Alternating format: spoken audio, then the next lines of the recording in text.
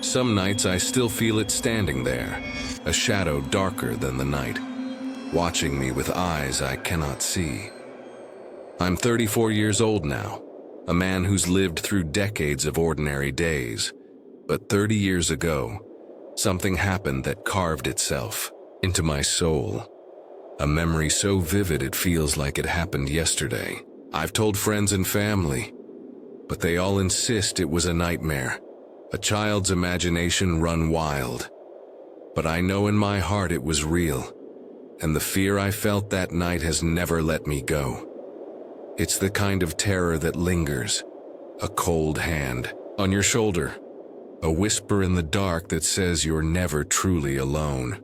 I was a happy child, the youngest of 4 boys in a bustling family. My brothers were much older, their lives filled with teenage adventures while I trailed behind, a small shadow in their world.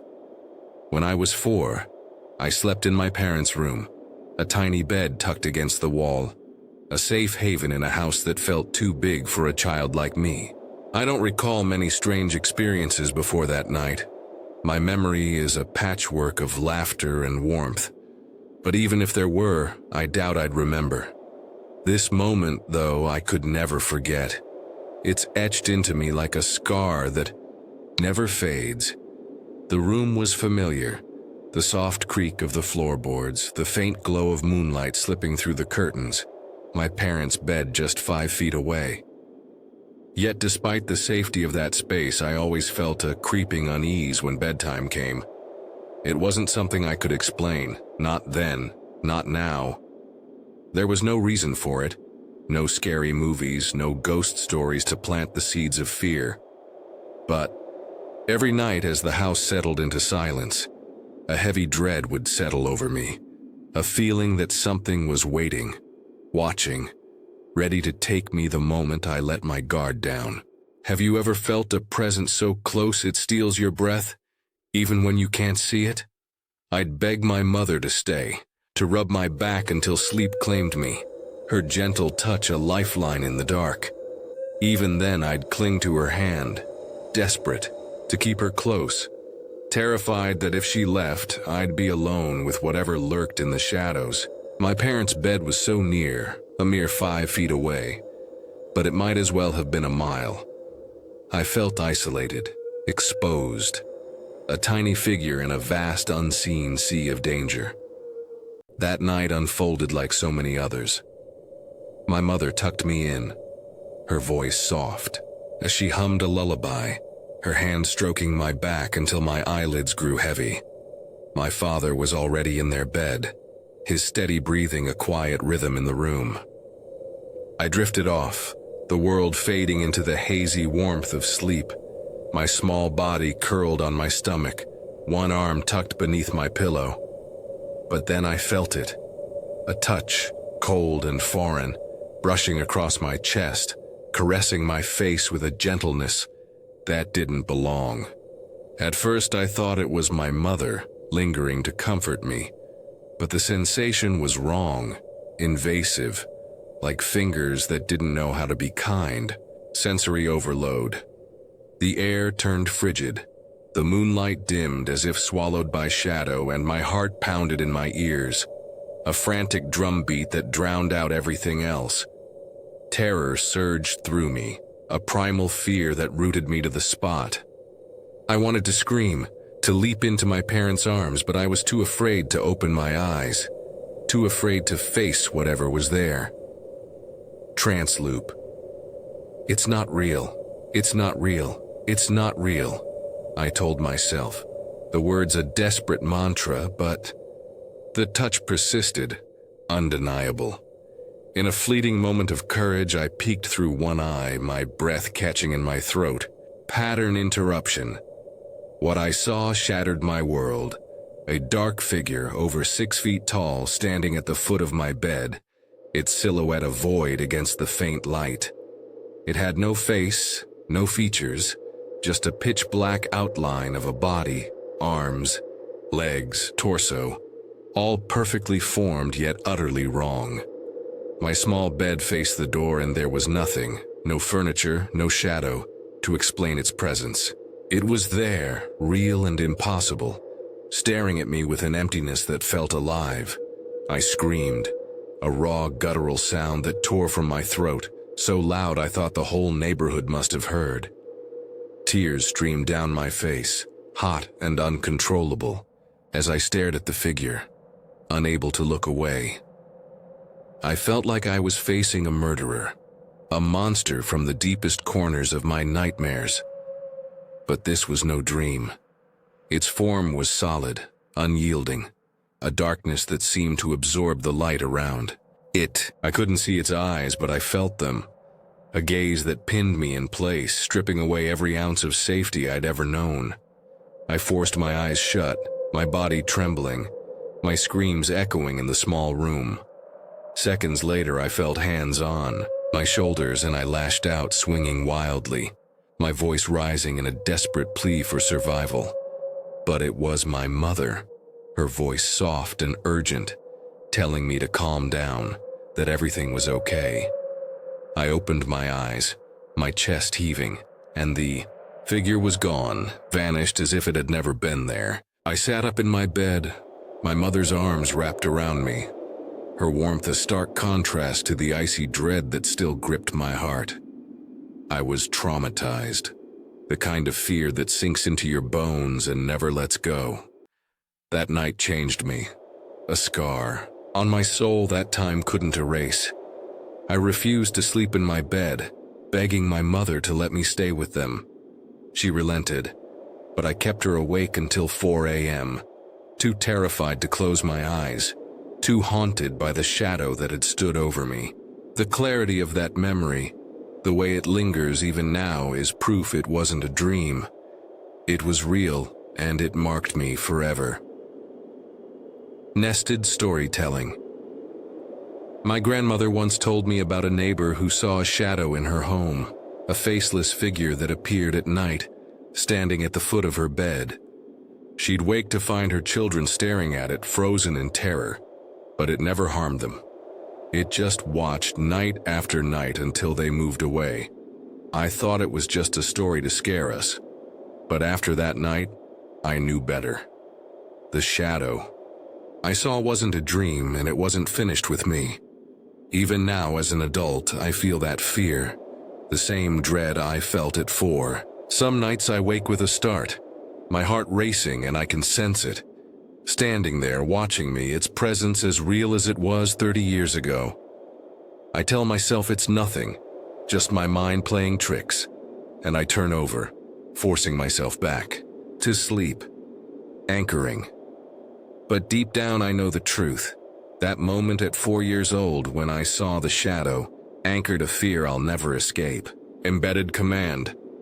Feel it with me, the weight of that gaze, the certainty that something is there even when you can't see it. I don't believe it's kind or warm. I believe it's intrigued, devious, a presence that feeds on my fear. I rarely speak of it now, but that first encounter, that night in my parents' room, has never left me. I know something was there, something beyond understanding, and I fear I'll never know what it truly was, or why it chose me. I've never been one to believe in ghosts, not really. The paranormal always felt like a story for others, something I'd scoff at, dismissing it as imagination run wild. I needed to see to believe, to feel the chill of the unknown firsthand. But life has a way of breaking you down, doesn't it? A string of personal disasters, heartbreak, loss, the kind of pain that leaves you hollow, pushed me to a place I never thought I'd be, moving in with my ex and his family. There I was, in a house that wasn't mine, sharing space with his parents and his little brother, trying to piece myself back together. For the first year, maybe 2, it was quiet. Nothing strange, nothing out of the ordinary. Just a new routine, a new normal. I'd often fall asleep to the hum of YouTube videos, my headphones a comforting tether to the outside world. Call me strange, but it was my way of coping, a small ritual in a life turned upside down. One night my ex was away on 24-hour shift, leaving me alone with his family in that silent house. It was midnight, the kind of hour where the world feels suspended, caught between reality and something else. I was in my room, perched at my desk, lost in a PC game, one headphone dangling loosely off my ear. The glow of the screen was my only light, casting faint shadows across the walls. Then I heard it. A sharp thud like something heavy hitting the floor jolted me from my game. My heart skipped, but I told myself it was nothing. Just one of the cats, surely, knocking something off the bed. I swiveled in my chair, expecting to see a guilty feline darting away. But there they were, all three cats, curled up at the head of the bed. Two of them nestled together in a soft, purring pile. They hadn't moved, their eyes glinting in the dim light, staring at me as if they knew something I didn't. My gaze dropped to the floor, and there it was.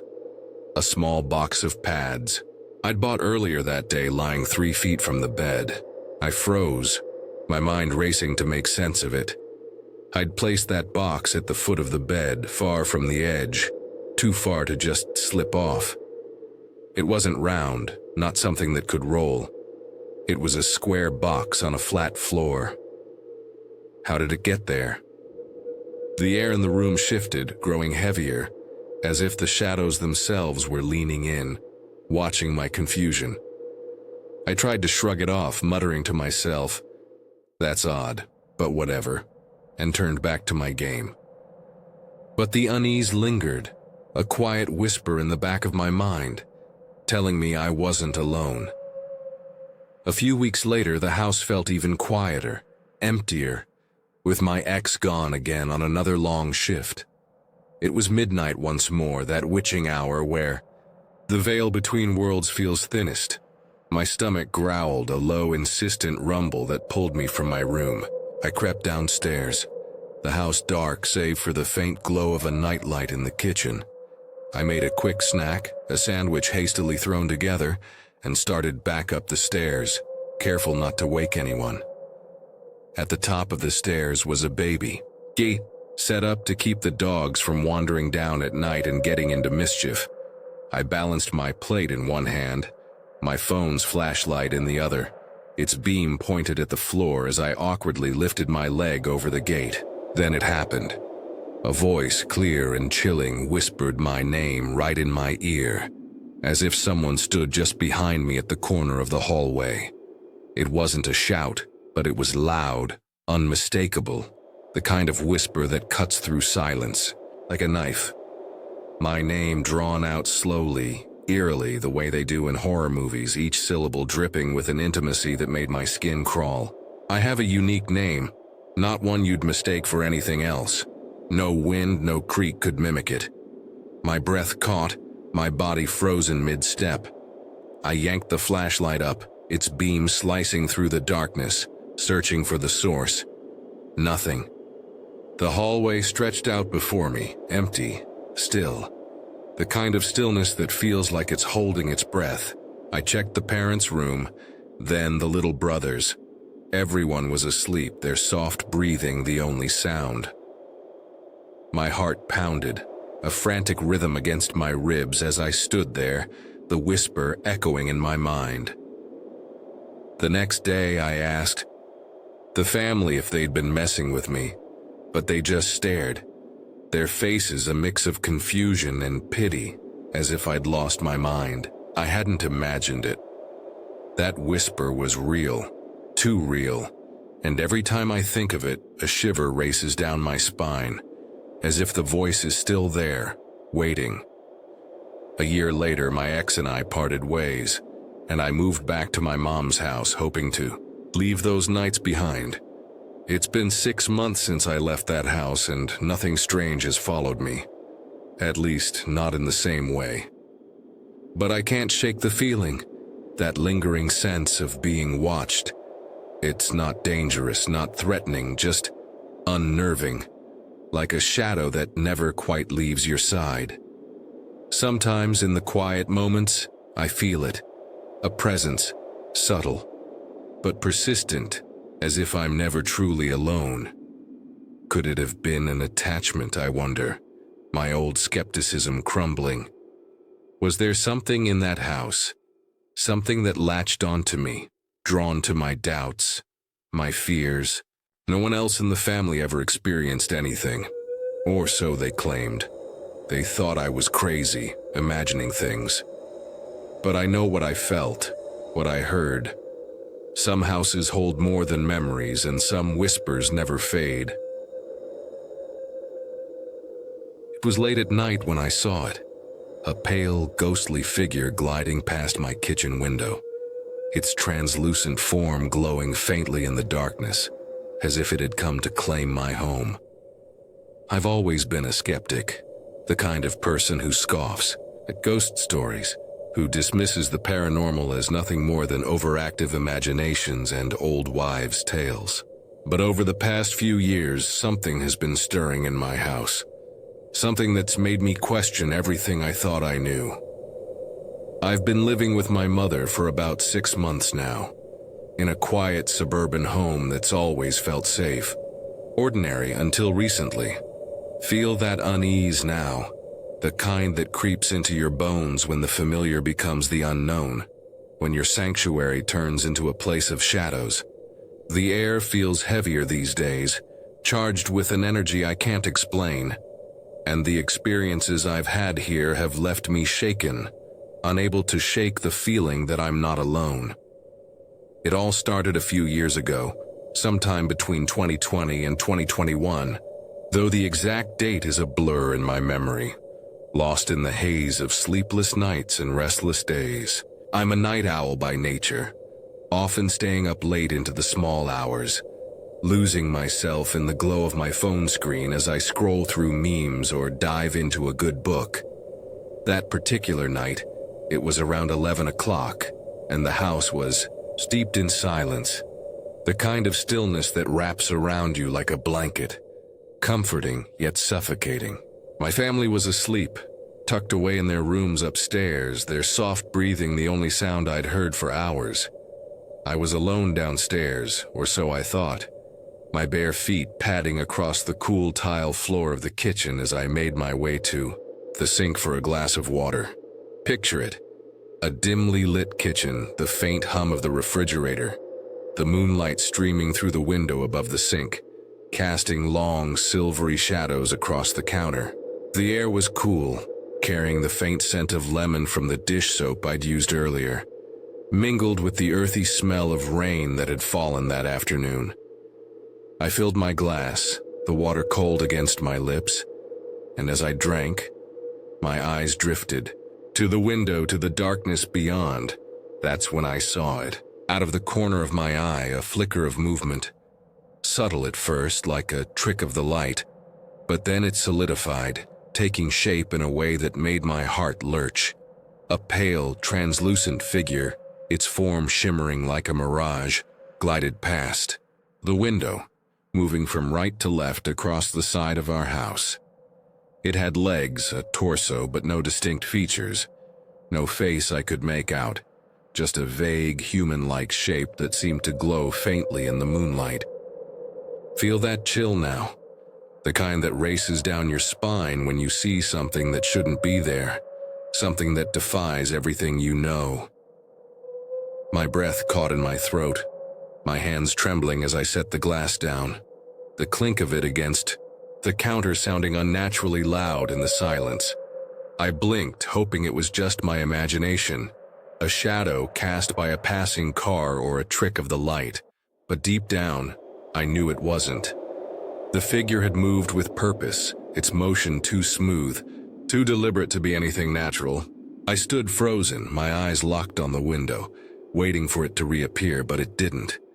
Just the empty darkness staring back at me, mocking my disbelief. I tried to rationalize it, to convince myself I'd imagined the whole thing.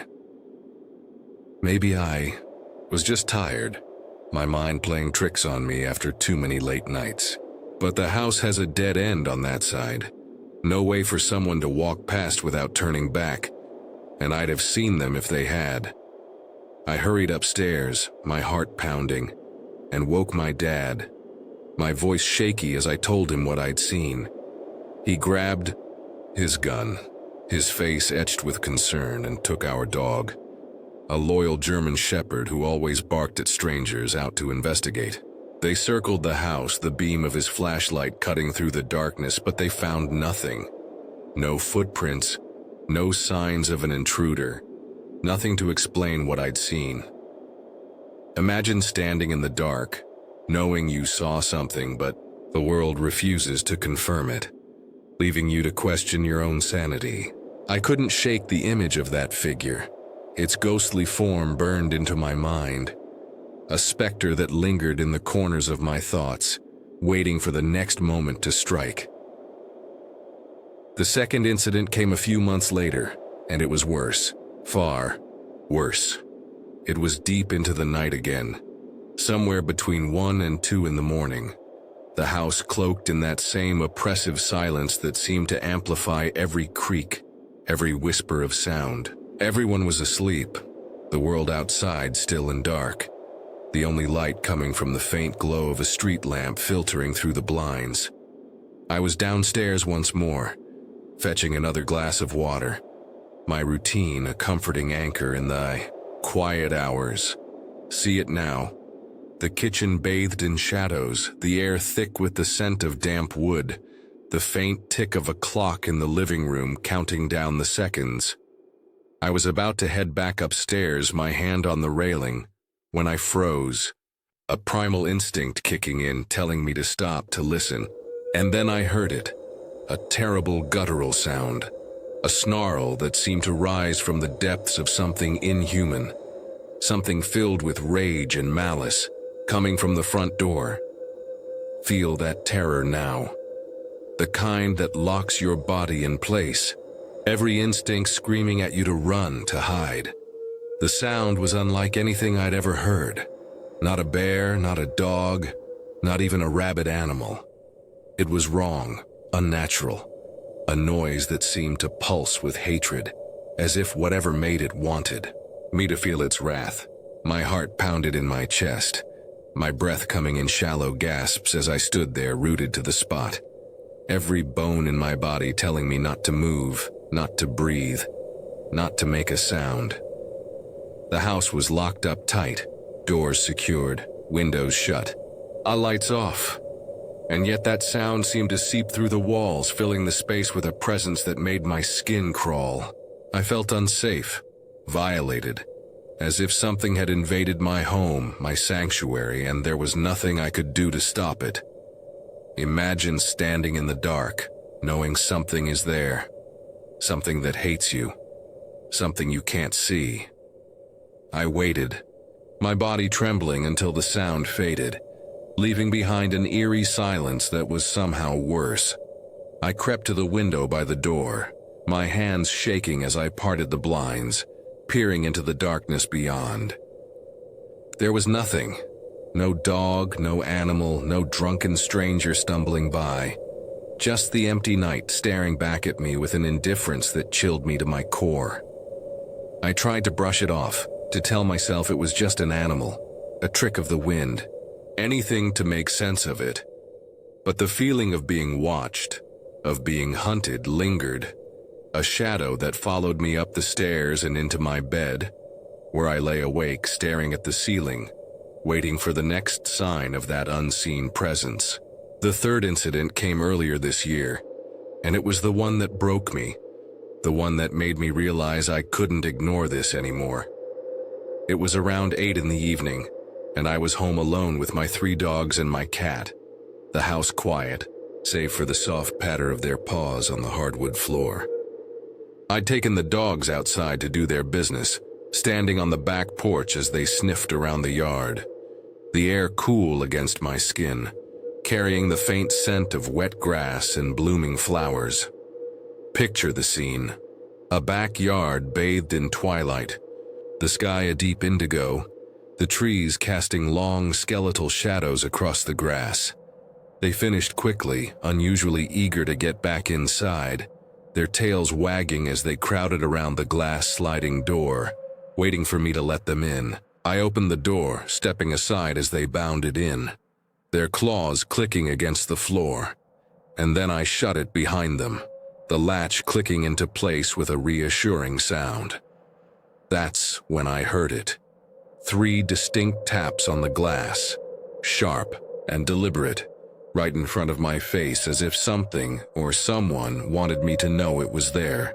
Feel that jolt now, the kind that makes your heart skip a beat, your blood run cold as you realize you're not alone. My dogs heard it too, their heads snapping up, ears perked, eyes wide as they stared at the door, their bodies tense with alertness. I looked up, my breath catching in my throat, but there was nothing. Just the pitch-black expanse of the backyard, the glass reflecting my own pale, frightened face back at me. I turned away, my hands trembling as I reached for the blinds, pulling them shut with a quick, jerky motion, as if that thin layer of fabric could protect me from whatever was out there. I wanted to believe it was my parents, that they'd come home early and were trying to get my attention, but I knew it wasn't. They always used the front door, never the back. Then I thought it might be a stranger, someone with ill intentions, but that thought was even worse, a cold knot of fear tightening in my stomach. We'd recently installed security cameras around the house. One of them pointed directly at the back door, and I rushed to check the footage, my fingers fumbling with my phone as I pulled up the app, but there was nothing. No recent events, no movement detected, the latest recording time-stamped at 5 in the afternoon. The live feed showed an empty backyard, the same darkness I'd seen through the glass, mocking me with its emptiness. Imagine knowing you heard something, knowing it happened, but the world tells you it didn't, leaving you to question your own reality. I stood there, my heart pounding, my mind racing with questions I couldn't answer. What did it mean? Why? Was this happening? I've been trying to ignore it, to push these experiences to the back of my mind, hoping they'll just go away, but they won't. They keep coming, each one more unsettling than the last. I know what I saw, what I heard, and I know it's real even if I can't explain it. I'm not looking for answers, not really. I just needed to get this out, to share it with someone, anyone, who might understand. It was 2015, and I found myself in Germany, a foreign land where the language still felt like a puzzle I couldn't quite solve.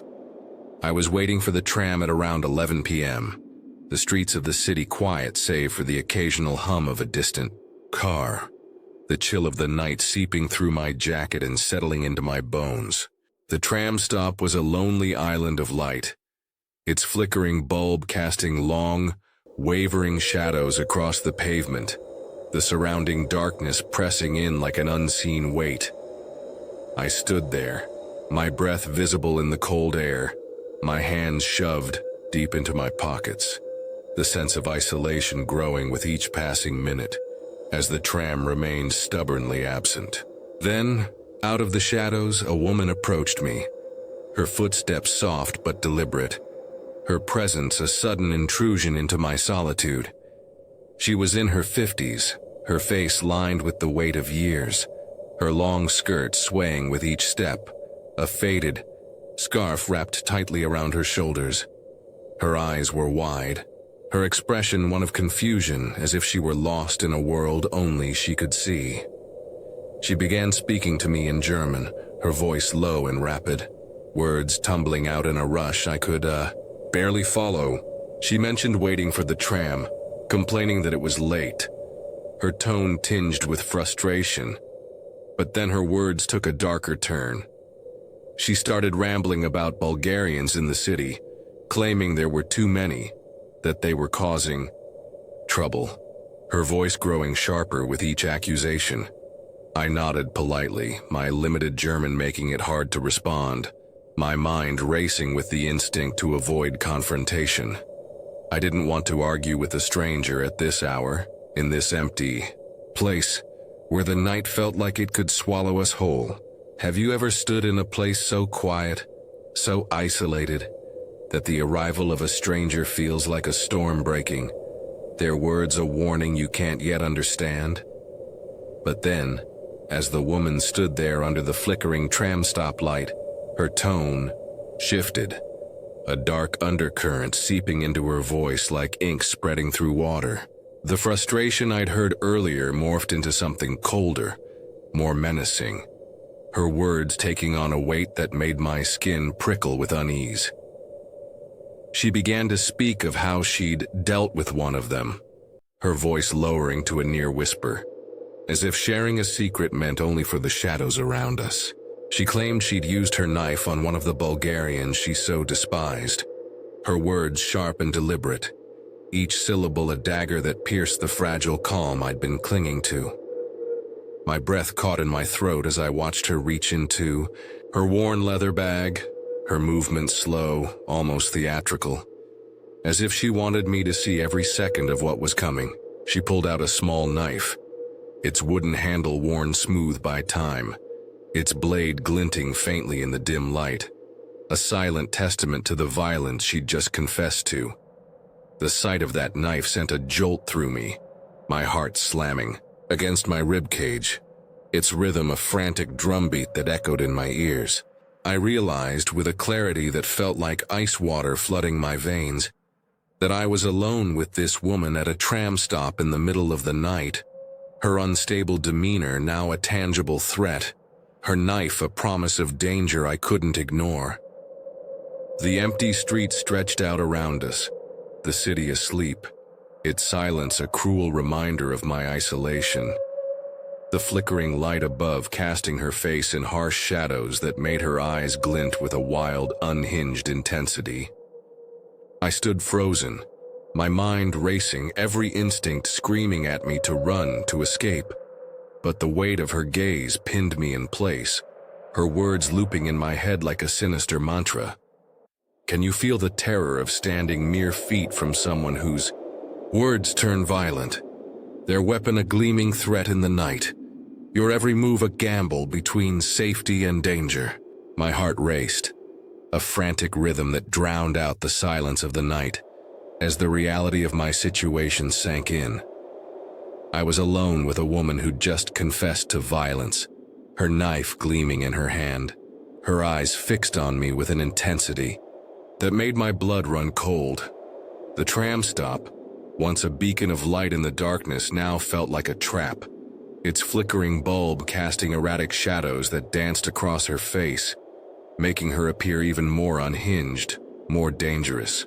I forced myself to stay calm, to keep my expression neutral, even as every nerve in my body screamed at me to run, to flee into the night and never look back. I couldn't let her see my fear, couldn't give her a reason to act on whatever impulses were driving her, so I took a shaky breath and spoke, my voice trembling despite my efforts to steady it. I told her I needed to call my friend, a lie that felt flimsy even as it left my lips, and I took a few cautious steps away, my hands fumbling with my phone as I pretended to dial a number. The distance between us grew, a fragile barrier of space that felt like a lifeline, but her gaze never wavered. She kept staring at me, her eyes boring into me like a predator tracking its prey, her voice still muttering about Bulgarians, her words a chilling undercurrent to the night's oppressive silence. I kept my eyes on her, my thumb hovering over the screen, praying she'd lose interest, that she'd turn away.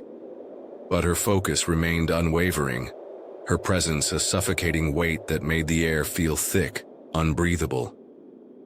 Minutes stretched into eternity, each second a test of my resolve, until finally the distant rumble of the tram broke through the silence, a sound so welcome it felt like salvation itself. The tram screeched to a stop, its doors hissing open, and I moved as fast as I could without breaking into a run, my legs trembling as I climbed aboard, the cool metal of the handrail a grounding contrast to the chaos in my mind. She got on too, her movements slow and deliberate, and my stomach dropped as I realized the danger wasn't over. She sat at the other end of the carriage, her eyes still locked on me, her knife now hidden, but its threat still lingering in the air between us. I made sure to get off at the next stop, my feet hitting the pavement with an urgency I couldn't hide, the tram's doors closing behind me as I disappeared into the night, my heart still pounding with the fear of what might have been. What would you do, trapped in a moment where every second feels like a gamble, where escape is your only hope, but danger follows you even as you flee?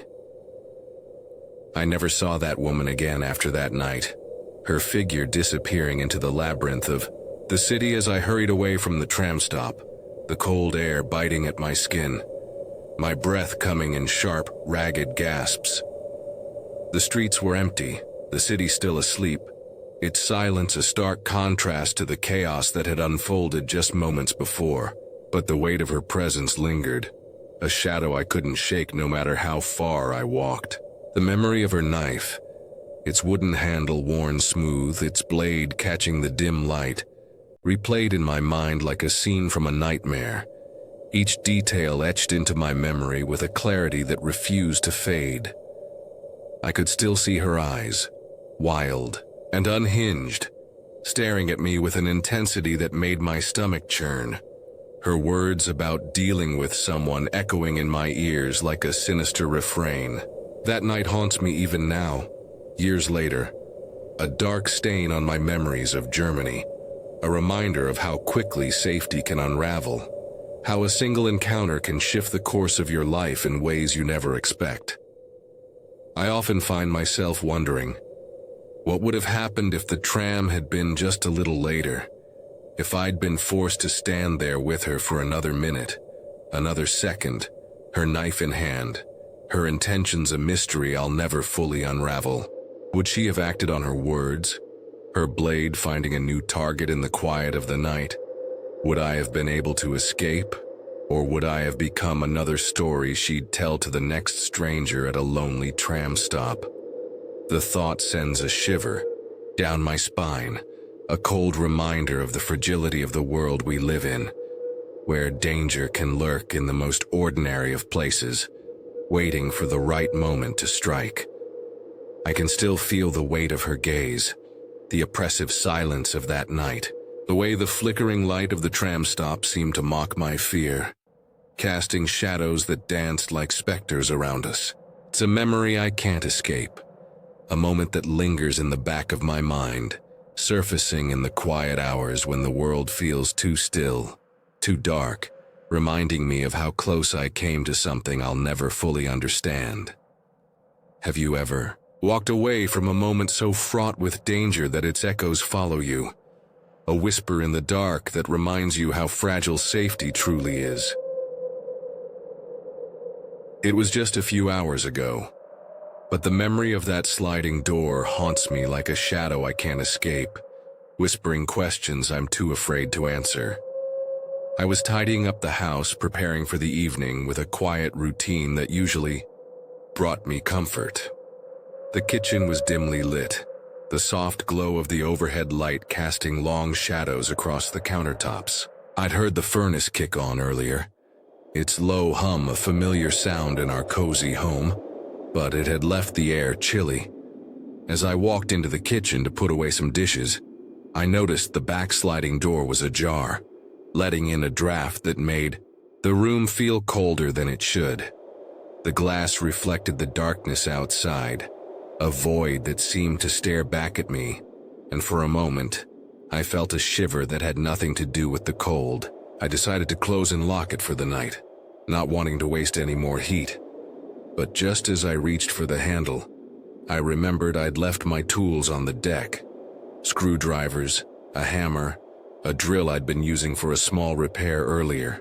That day, I stepped outside, the wooden deck creaking beneath my feet, and gathered my tools under the faint glow of the porch light. The night was still, the kind of quiet that feels too heavy, as if the world is holding its breath. I came back inside, my arms full, and slid the door shut with a firm push, making sure the lock clicked into place. I turned to my partner who was in the living room and said aloud, "I've closed and locked the back door for the night. A habit I've kept since childhood to help me remember important tasks." My voice echoed slightly in the kitchen, a reassurance to myself that everything was secure. I knew he probably didn't hear me. He was engrossed in a book, but speaking, the words out loud made them real, a mental anchor in the mundane rhythm of our evening.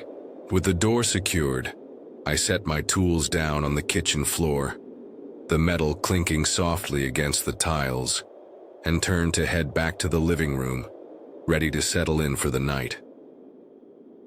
That's when I saw her, our cat, curled up near the door, her eyes fixed on the glass with an intensity that made my stomach twist. The sliding door was open again, a gap of 6 inches, the cold night air seeping in like an uninvited guest. My heart stopped, a jolt of disbelief coursing through me. I had just locked it, I knew I had. The memory was vivid. The feel of the handle, the sound of the lock, the words I'd spoken to seal the action in my mind. How could it be open? My mind raced, replaying every second from the moment I'd closed it to now, a span of maybe 20 seconds, 30 at most. I hadn't left the kitchen, hadn't turned away for more than a heartbeat. The tools were still on the floor where I'd placed them. The cat hadn't moved, and yet the door stood open, a silent challenge to my sense of reality. A cold breeze brushed against my skin, and with it came a wave of panic, raw and uncontrollable, as if the night itself had reached inside me. My body began to shake, a tremor that started in my hands and spread until I felt like I might shatter. Tears welled up in my eyes, spilling over without my permission, a reaction so visceral I couldn't stop it. I'd never felt anything like this, not with any of the strange occurrences we'd experienced since moving into this house 8 months ago. There had been odd things before, faint knocks in the night, shadows that darted just out of sight, battery-operated candles in the dining room that turned on by themselves 3 times in the past few months, the last just 2 days ago. But those were easy to dismiss. Tricks of the mind, faulty wiring, a draft I hadn't noticed. This was different. This was real, undeniable, a violation of the safety I'd taken for granted in my own home. I stumbled toward the living room, my legs unsteady, and collapsed onto the armrest of the couch, my voice trembling as I told my partner what had happened. He looked up, his brow furrowing with concern, and followed me back to the kitchen to see for himself. The door stood open, a gaping maw into the darkness, and I felt its presence like a weight on my chest, as if something was watching from just beyond the glass. He was skeptical, his rational mind searching for an explanation. "You probably got distracted plugging in the battery and forgot to lock it," he suggested, his tone gentle but firm. I wanted to believe him. It would have been so easy to accept that I'd made a mistake, that my memory was playing tricks on me. But I knew better. I remembered every detail, the click of the lock, the words I'd spoken, the way the door had felt under my hands. This wasn't a mistake. Something had opened that door, something I couldn't see, couldn't explain. I thought of the other incidents, the knocks, the shadows, the candles, and wondered if they were all connected, if something had been with us all along, waiting for the right moment to make itself known. Was this a glitch in reality? A tear in the fabric of what I thought I knew? Did our cat, with her unblinking stare, have some hidden power to bend the world to her will? Or was it something else, a presence that lingered in the corners of our home, watching, waiting? I don't have answers, only questions and the lingering fear that whatever opened that door might do it again. It's been calling my name since I was a child, a voice so soft, so familiar, yet it chills me to the core. For as long as I can remember, I've heard it, a feminine whisper, always different, but often echoing my mother's tone, cutting through the silence of my solitude. It started when I was little, a faint murmur in the quiet moments, like a shadow that lingers just out of sight. Have you ever heard something that shouldn't be there? A sound that makes you question your own mind? I convinced myself it was auditory hallucinations, a trick of my brain when I was alone. I have no mental illness to blame, but solitude can play cruel games, so I buried the unease deep within me and ignored it. But the voice wasn't the only thing. Objects around me would vanish, only to reappear days later, exactly where I'd looked before, as if mocking my forgetfulness. I'd search for a book, a key, a trinket, turning my room upside down, only to find it 3 days later in the very spot I'd checked, untouched and pristine. Sensory overload. The air would grow heavy then, the scent of dust and old wood filling my nostrils, the faint hum of the house settling around me, and my heartbeat would quicken, a silent warning I couldn't name. It's been like this for, years. A quiet intrusion I learned to live with until a few years ago when the voice reached beyond me. A friend on a late-night phone call heard it, a woman's voice, soft and insistent, as if standing beside me, trying to speak over my words. My friend couldn't make out what she said, but the presence was undeniable. I heard nothing, just the static of the line, and I brushed it off as a phone glitch, clinging to logic even as the hairs on my neck stood on end. But deep down, I knew it was her, the voice that had haunted me for so long. Then there was the glass bottle, a small thing with a cork stopper, something I kept in a drawer in my living room. It would disappear for days, sometimes weeks, only to reappear with something new inside, bits of stuffing from the fur dolls I made for my dog, as if someone had placed them there with care. Good storytelling. My grandmother once told me about a neighbor who found her jewelry box filled with feathers, gifts from a spirit she believed was her lost child, a way of saying she was still near. I thought it was just a story, but now, as I checked the drawer daily, finding the bottle gone and then back again, I wondered if something was trying to speak to me too. My husband isn't the pranking type, and I never set up a camera to catch him, but the thought of him playing such a game felt hollow, a desperate grasp at normalcy. Fast forward to now, I'm staying at my parents' house for a short while, a temporary retreat from the chaos of my own life. The house is familiar, filled with the comforting sense of my childhood, the soft hum of family life. One evening, my mother and I sat in the living room, the TV flickering with a show we weren't really watching, our conversation a gentle thread weaving through the quiet. Then I heard it, clear as day, a voice right beside my ear, calling my name with a tenderness that sent a shiver down my spine. I froze, my breath catching, and turned to my mother, searching her face for a sign. "Did you hear that?" I asked, my voice barely a whisper. She met my gaze, her eyes wide. "Someone saying your name?" I nodded, and she confirmed. "Yes, I heard it too." Pattern interruption.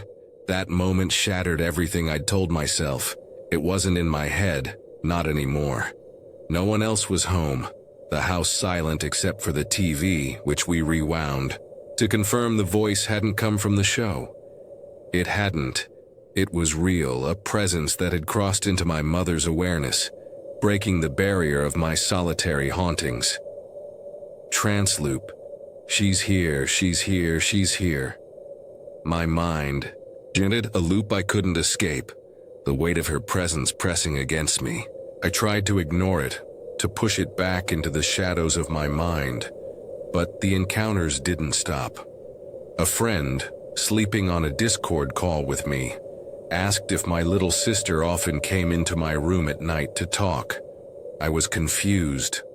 I'm a light sleeper, the kind who jolts awake at the slightest sound, especially when my door opens. but he insisted he'd heard it, my snoring interrupted by the creak of a door, followed by a little girl's voice, playful and chattering, sounding so much like my sister. I confronted my sister, asking if she'd been sneaking into my room. She denied it, explaining she doesn't wake until later for school, and even then she gets ready downstairs, only coming up for breakfast. The realization settled over me like a cold fog. She wasn't my sister, but she was real, and she was here. I tried to dismiss it again, telling myself that if this was a spirit, she didn't feel angry or dangerous. There was a strange innocence to her, a presence I could almost accept. So I pushed the unease aside, clinging to the comfort of routine. But then, the other night, I woke with a start, my heart pounding in the darkness. My dog's kennel door had flung open, slamming against the wall with a force that echoed through the room. He was in bed with me, his body trembling as he stared at the kennel, his eyes wide with fear. Sensory overload.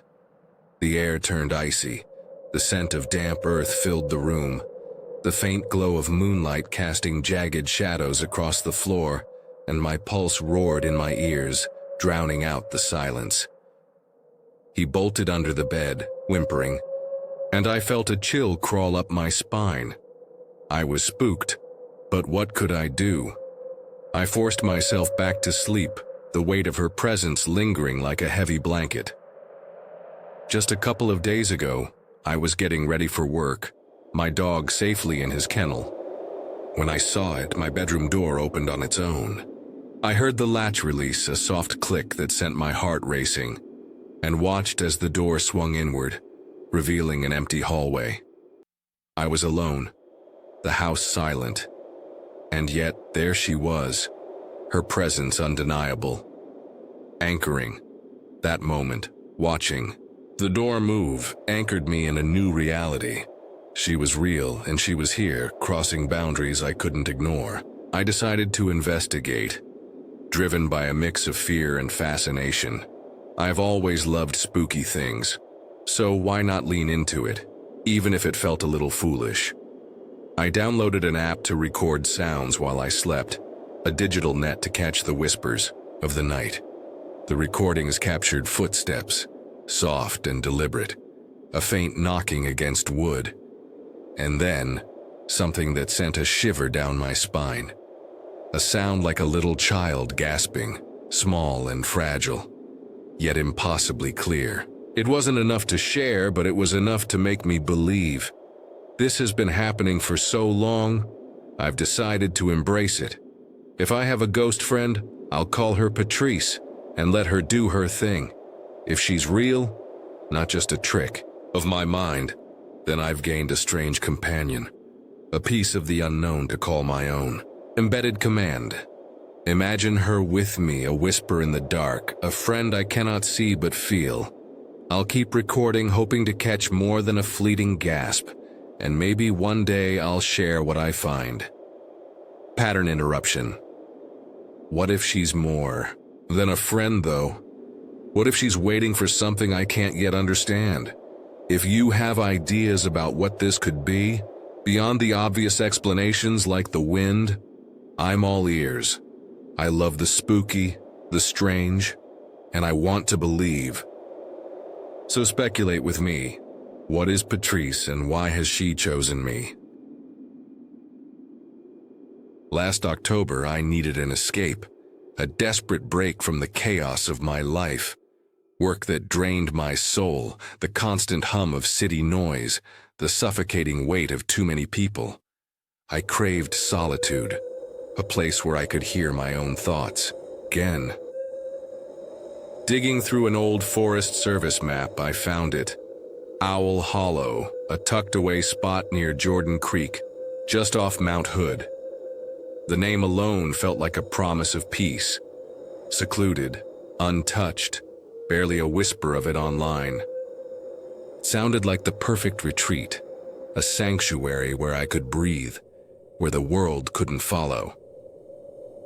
I packed light, just a backpack and my tent, and set out alone, the autumn air crisp against my skin. The first few hours were everything I'd hoped for. The trail wound through towering pines, their needles carpeting the ground, softening my steps. The only sounds were the gentle murmur of the creek and the rhythmic crunch of gravel beneath my boots. For the first time in months, I felt alive, my chest expanding with each deep breath, the forest wrapping me in a quiet embrace. But as the afternoon sun dipped lower, casting long shadows through the trees, a chill settled over me. Not from the air, but from something deeper, something primal. I wasn't alone. The feeling crept in slowly, a nagging sensation at the back of my neck, like unseen eyes boring into me. I tried to shake it off, scolding myself for being paranoid. Big. Woods all alone, of course I'd feel jumpy. But the sensation grew, heavy and insistent, like a whisper I couldn't quite hear. Around 3 p.m., I glanced off the trail, my gaze drawn to a thicket of brush. There they were, a pair of eyes, unblinking, locked on me through the tangled branches. They weren't a deer's, I know deer, their soft, curious gaze. These were different, lower to the ground, the shape all wrong and utterly silent. No rustle, no breath, just a stare that pinned me in place. My pulse quickened. Cold sweat prickling my skin. I turned and walked faster, my steps uneven. The forest no longer a sanctuary, but a maze I couldn't escape. The eyes lingered in my mind, a haunting image I couldn't unsee, their stillness more terrifying than any movement. An hour later, the trail curved around a bend and I stopped dead. They were there. A man and a woman stood in the middle of the path, their presence so jarring it felt like the forest itself had conjured them. Everything about them was wrong. Their clothes looked like they'd stepped out of a faded photograph, colors muted, fabric stiff and dusty, as if they'd been pulled from another time. I opened my mouth to speak, to say hello, maybe ask if they needed help. But my voice died, in my throat, choked by an instinct I couldn't name. They didn't speak either, just stared, their gazes heavy, unyielding. As they passed, they turned their heads in perfect unison and they smiled. It wasn't a smile, not really. Their mouths stretched impossibly wide, far beyond what any human face should allow, revealing teeth that were wrong, dirty, jagged, too sharp. And their eyes, they turned black, not just dark, but a void, a bottomless pit that seemed to pull me in. My stomach churned, bile rising in my throat. I wanted to run, to scream, but my legs felt rooted, my body betraying me as they walked on, disappearing into the woods behind me as if nothing had happened. I should have run. Every fiber of my being screamed it. But I didn't. I kept going, a fool clinging to the hope that I was imagining things, that the forest would let me go. By the time I set up camp that night, my hands were trembling so badly I could barely stake the tent. It didn't matter. I knew I wouldn't sleep. The sun dipped below the horizon and the forest changed. The air grew thick, oppressive, the silence unnatural. No birds sang, no insects buzzed, just the faint trickle of the creek and the pounding of my own heart, a frantic drumbeat in my ears. Then I saw them. One at first, then two, then more. 17, maybe 18 figures, crouched in the trees, peeking from behind rocks, half hidden in the tall grass. Their faces bore the same twisted smiles, the same black hollow eyes watching me with an eerie patience. I sat by the fire, clutching my pistol, the flames doing little to warm the icy terror that gripped me. They didn't move, didn't approach, but their presence was suffocating, a weight pressing down on my chest. My vision blurred, the edges of panic threatening to pull me under. I don't know what broke me, but I surged to my feet, firing 2 shots into the sky, the sound tearing through the silence, sharp and raw. They didn't flinch, didn't blink, just kept watching, their smiles unchanging. That was it. I grabbed my pack and ran, my legs burning, my breath ragged, the forest a blur of shadows and fear. I don't remember reaching my truck, don't remember the drive home. Just the slam of my door as I locked myself inside, collapsing in the dark, shaking, the pistol still in my hand, hours slipping away in a haze of dread.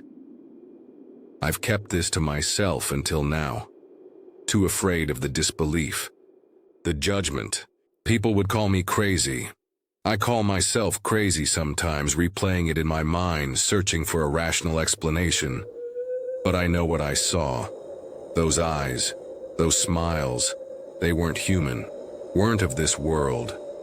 If you ever find yourself near Owl Hollow, turn back. Don't walk that trail, don't set up camp, don't linger. Some places aren't meant for us. Some shadows never let go. They're still watching, waiting for the next fool to step into their hollow. I froze as the cold steel of a kitchen knife pressed against my chest, held by a man whose smile hid a darkness I couldn't yet fathom, a darkness that would later reveal him as a serial killer. It was a memory from my childhood, one that's haunted me for years, a moment that felt like a dream but was all too real, etched into my mind with the sharp clarity of fear. I was 14 years old, a shy, reserved boy who preferred the quiet comfort of video games to the chaos of the outside world. I had friends, but our connections rarely extended beyond the schoolyard. So when a girl from my class invited me to her house after school, it felt like a rare adventure, a chance to step out of my shell. Feel that nervous excitement now, the kind that bubbles in your chest when you're a kid stepping into the unknown, unaware of the danger lurking ahead. But what started as an innocent visit turned into something far more sinister, a brush with evil that I narrowly escaped, leaving me to wonder what might have happened if I'd stayed just a little longer. The day was warm, the kind of afternoon where the sun hangs heavy in the sky, casting long shadows across the pavement as we walked to her house. My friend, I'll call her Emily, was cheerful, chatting animatedly about school and the games we'd play, her laughter a bright contrast to my usual silence. I followed her, my sneakers scuffing against the sidewalk, my hands stuffed deep into the pockets of my worn jeans, a nervous habit I couldn't shake. Picture it. A suburban street lined with neat houses, the air thick with the scent of freshly cut grass, the faint hum of a lawnmower in the distance. Her house was modest, a single-story home with a faded blue exterior and a small front porch cluttered with potted plants. The door creaked as she pushed it open, the sound sharp in the quiet of the afternoon, and I stepped inside, the cool air of the house washing over me, carrying the faint scent of cooking, something savory, maybe onions or garlic, simmering on the stove. Inside, the kitchen was to the right, a small space with linoleum floors and yellowed wallpaper, the kind of room that felt lived in, warm, safe. I saw him immediately, her father standing with his back to us, his broad shoulders hunched as he chopped vegetables on the counter, the rhythmic thud of the knife against the cutting board filling the room. He seemed ordinary at first, just a dad preparing dinner, his movement steady and practiced. Emily called out to him, her voice bright, introducing me as her friend from school. He turned, and that's when I felt the first stirrings of unease. His smile, it was wrong. It stretched across his face, too wide, too forced, his eyes glinting with something I couldn't name, something that made my stomach twist. In his hand, he held a large kitchen knife, the blade catching the light, its edge gleaming with a sharpness that seemed to hum with intent. Feel that chill now, the kind that creeps into your gut when you realize you're in the presence of something dangerous, something you can't quite understand. Before I could process that smile, he moved, lurching, toward me in a way that felt both clumsy and deliberate. A predator toying with its prey. I froze, my breath catching in my throat, my body rooted to the spot as he closed the distance between us in a heartbeat. He turned the knife in his hand, the blade flashing, and then he pressed the handle hard against my chest. The cold metal, digging into my skin through my thin t-shirt. "Whoa!" he shouted, his voice booming, a mockery of playfulness that sent a jolt of fear through me.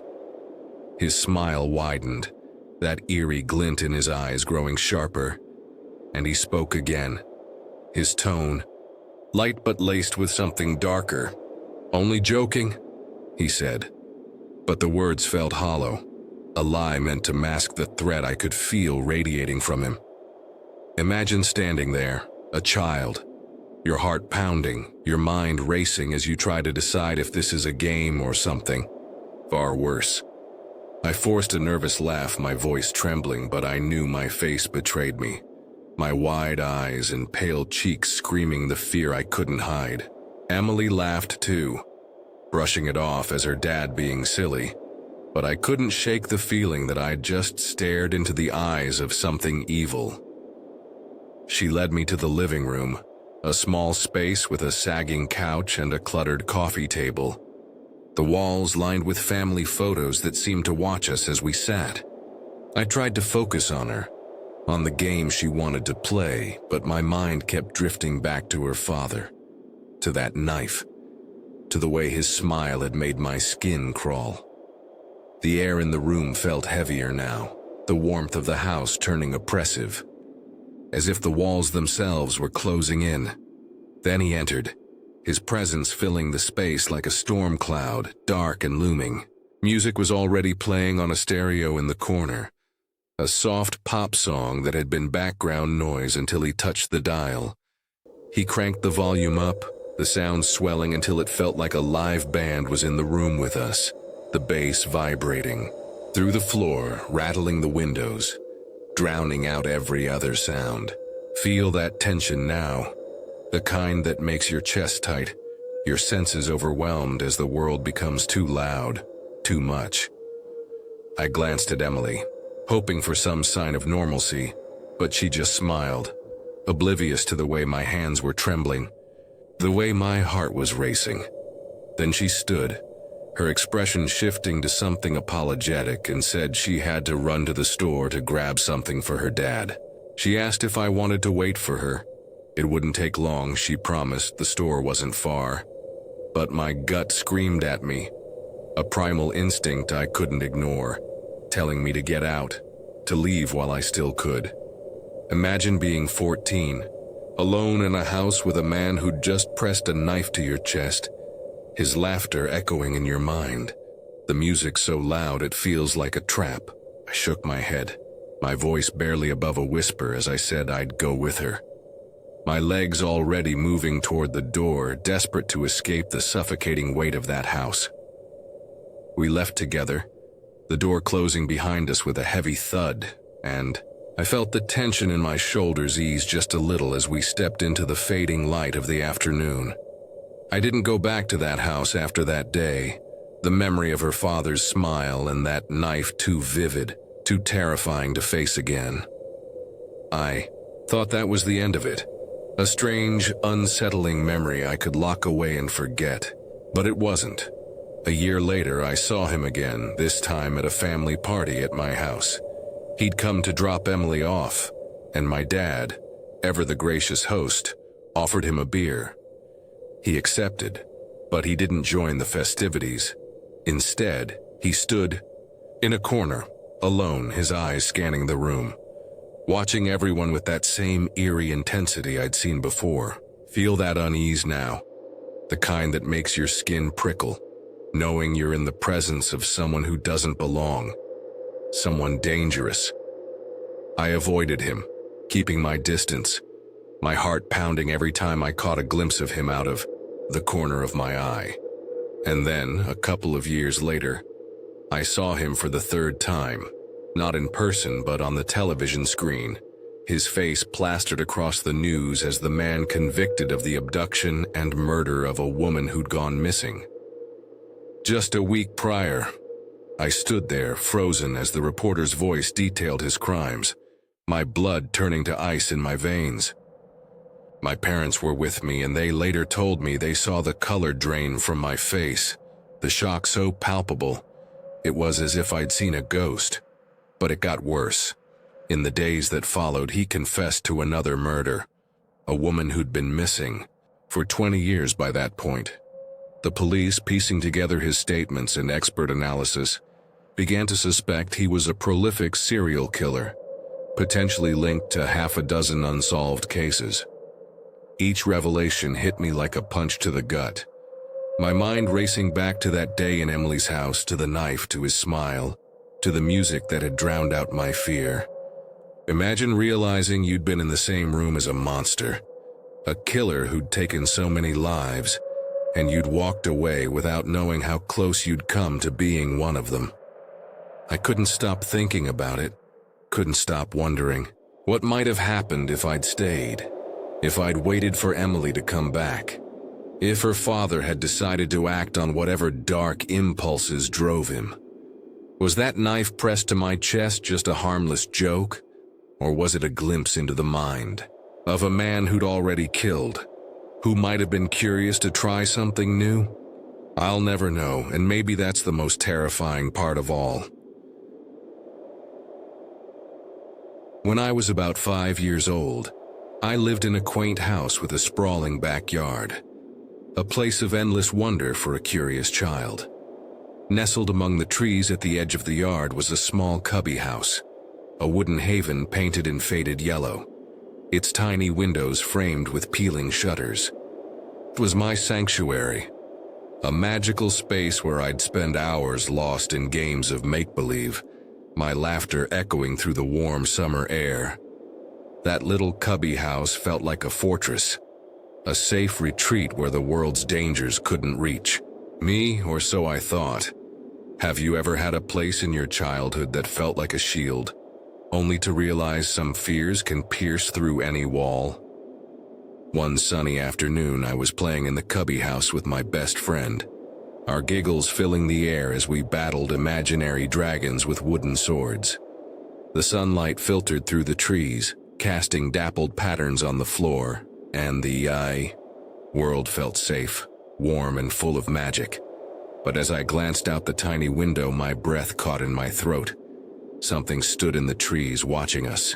It looked like a jester, a clown from some twisted fairy tale, its costume tattered and faded, its face obscured by a grotesque mask.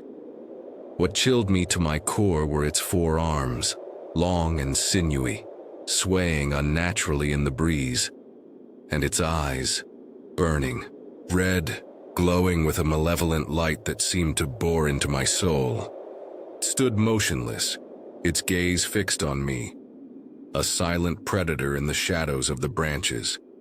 Can you picture a moment when childhood innocence shatters, when a playful day turns into a nightmare with a single glance?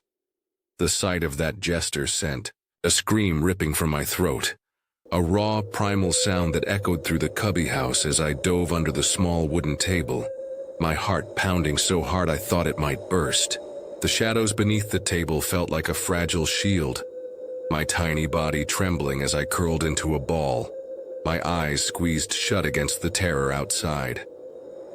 My friend, startled by my scream, peered out the window, and I heard her gasp, a sharp, terrified sound that mirrored my own, before she let out a piercing shriek, her voice cracking with fear. She scrambled under the table beside me, her wide eyes reflecting the same horror I felt, her small hand gripping mine as we huddled together, our breaths shallow and rapid. Her scream confirmed it. I wasn't imagining things. This was real, a shared nightmare that had invaded our safe little world. What would you do if a childhood fear became real, its presence confirmed by another, binding you in a terror you can't escape? We stayed hidden under that table, our bodies pressed close. The cubby house's walls no longer a sanctuary but a fragile barrier against the unknown. Minutes stretched into eternity, each creak of the wooden planks sending fresh waves of fear through us, until I heard my parents' voices calling from the yard, their footsteps heavy on the grass as they rushed to check on us. By the time they reached the cubby house, the jester was gone, vanished into the trees as if it had never been, leaving no trace of its eerie presence. Years later, the memory still clung to me, a shadow I couldn't shake. And when I spoke to my friend, I learned she'd seen the same four-armed figure with glowing red eyes. Together, we discovered a name for our terror. Caraveldi, a whispered legend that gave form to our childhood nightmare, a name that made the impossible feel all too real. Have you ever uncovered a name for a fear that haunted your youth? A word that makes the impossible feel tangible. Its echo a reminder of a terror you can't forget. For as long as I can remember, shadows have followed me. Not the kind cast by light, but something darker, something alive, something that knows my name. My story spans over 3 decades, from 1993 to the early months of 2024. A haunting journey that began in the innocence of childhood and stretched into the chaos of adulthood. I'm a 31-year-old man now, a firefighter paramedic with a wife and a daughter, but the echoes of those unseen presences still linger in the corners of my mind, whispering memories I can't escape. It all started in a single-story house in quiet neighborhood, a place my family called home, a place with no history of hauntings, or so we thought. But the moment I was born, something shifted, as if my arrival opened a door to a world we couldn't see, a world that refused to let me go. I grew up in a Catholic family, though my parents weren't particularly devout. My sister, just shy, 2 years younger than me, and I were baptized at birth, raised with the rituals of faith but not its fervor. It was my grandparents who clung to the old ways, their prayers a constant hum in the background of our lives. My parents often spoke of strange happenings that began after I came into the world, oddities they couldn't explain. They'd tell us how my room was always the coldest in the house no matter the season, a chill that seeped into the walls and defied the heater's warmth. I can still picture my mother's face as she recounted those nights, her eyes distant, as if she could still feel that unnatural cold. They'd hear loud bangs from the other side of the house when they were alone, the kind of sound that made your heart leap into your throat. Pantry doors would swing open, silverware drawers left ajar, as if someone, or something, had been rummaging through them. The washer and dryer would start on their own, humming to life in the dead of night, their cycles a mechanical heartbeat in the stillness. My parents would laugh it off, blaming the house's ventilation or their own forgetfulness, but deep down, I knew they were afraid. I don't recall those early disturbances. I was too young, too innocent to understand the weight of what was happening. But one memory from my childhood stands out, sharp and vivid, as if it happened yesterday. I was around 7 years old, sitting on the floor of a close friend's bedroom, the two of us engrossed in a game of Yu-Gi-Oh! His room was a cozy mess, toys scattered across the carpet, a small Nickelodeon TV perched on a shelf. The remote for that TV sat on the floor between us, a mundane object that became the center of something extraordinary. As we played, I saw it move, not a slip or a slide, but a deliberate motion, back and forth under the bed and out toward us, as if guided by an invisible hand. We stared, wide-eyed, our game forgotten, watching as the remote danced its eerie dance. It wasn't fear that gripped us then, but a strange awe, a child's curiosity about the impossible. We didn't speak of it, didn't question it, just went back to our cards as if nothing had happened. But that moment planted a seed, a quiet understanding that the world was not as simple as I'd been taught. As I grew into my teenage years, the disturbances took on a darker tone. My sister began to speak of shadows, vague, fleeting shapes that lingered in the corners of her vision, making her feel uneasy in her own home. My mother saw them too, her face pale as she described the figures that seemed to watch her from the edges of rooms. I never saw them myself, and part of me was grateful for that ignorance, but their fear seeped into me, a second-hand terror that made my skin crawl. We'd moved into a trailer by then, a result of life's harsh twists, and the sounds followed.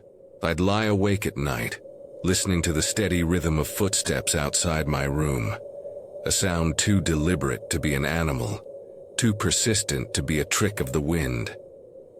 My mother tried to reassure us, insisting it was just critters under the floor, but I could see the doubt in her eyes, the way her hands trembled when she spoke.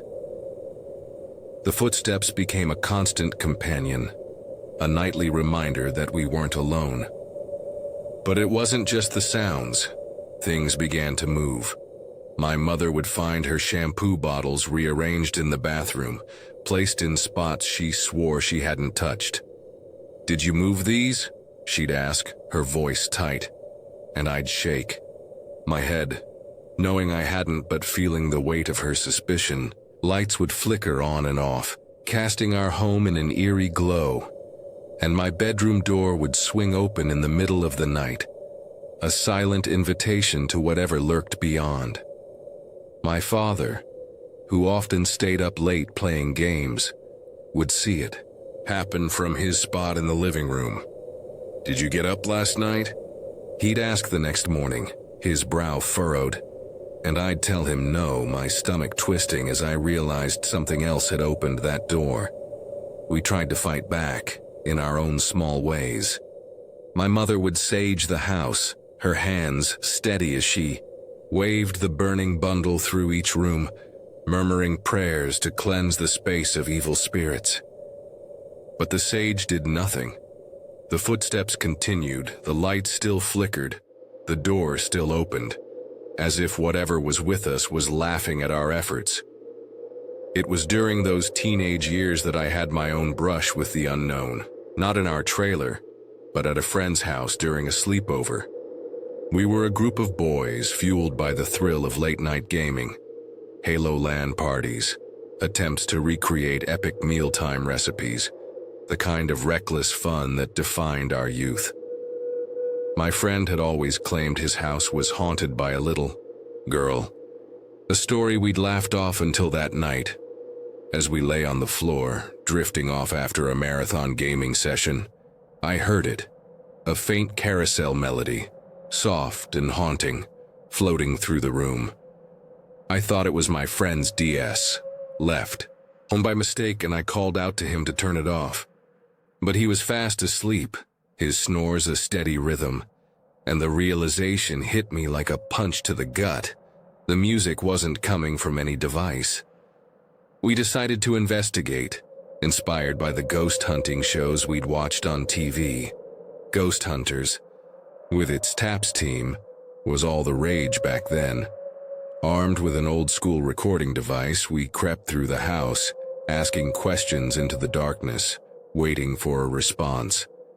Our flashlights cast trembling beams as we climbed into the attic. The air thick with dust and something heavier, something that made my chest tighten. We sat on the beams, our voices small in the vast space, asking whatever was there to speak to us. We heard nothing, felt nothing, and eventually gave up, leaving the recorder behind as we retreated downstairs. But when we played the tape back, we heard it, a little girl's voice clear as day saying "Mummy," a sound that sent ice through my veins. We'd gotten what we wanted, proof of the unexplainable. But it wasn't the thrill we'd expected. It was terror, pure and unfiltered. A reminder that some doors once opened can't be closed. High school brought new challenges, But the hauntings never stopped. I followed in my family's footsteps, pursuing a career in firefighting and EMS.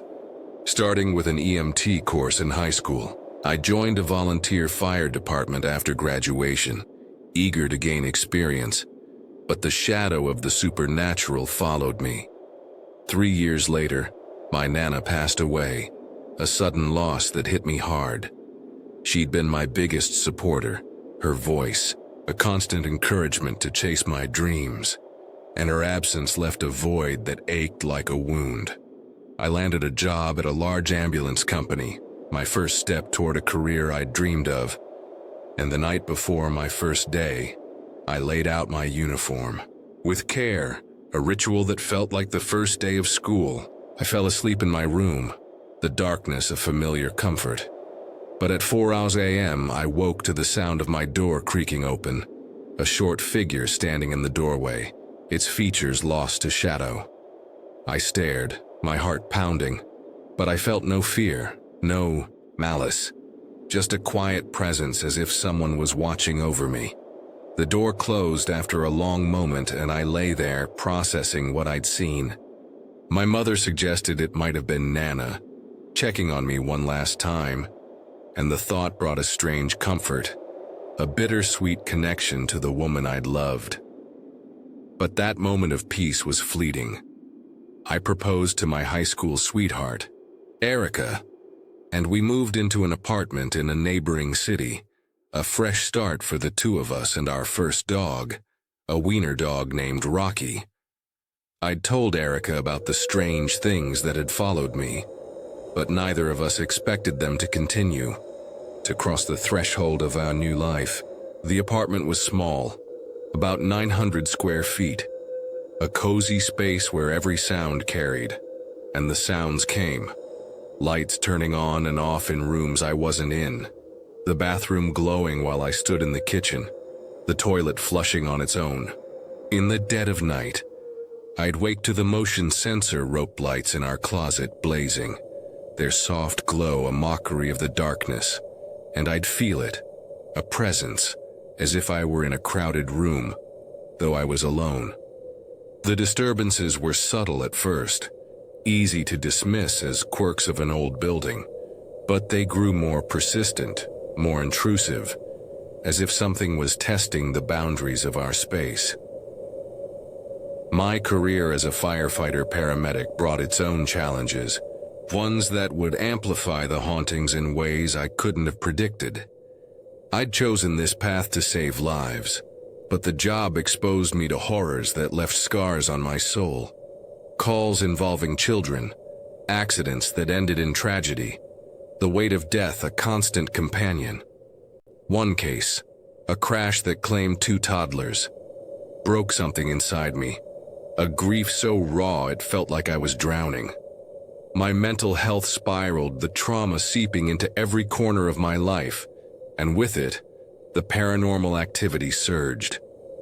We'd moved into a new house by then, a beautiful home in a neighboring city, a symbol of the life Erica and I had built together, 2 kids from a trailer park who'd made it against the odds. But the house, with its bright walls and open spaces, became a battleground, a place where the unseen fought to make itself known. The disturbances started small, but they grew bolder, more brazen. An artsy bathroom sign, hung above a wall-mounted toilet paper holder, would fall with a loud thud, landing on the holder with uncanny precision.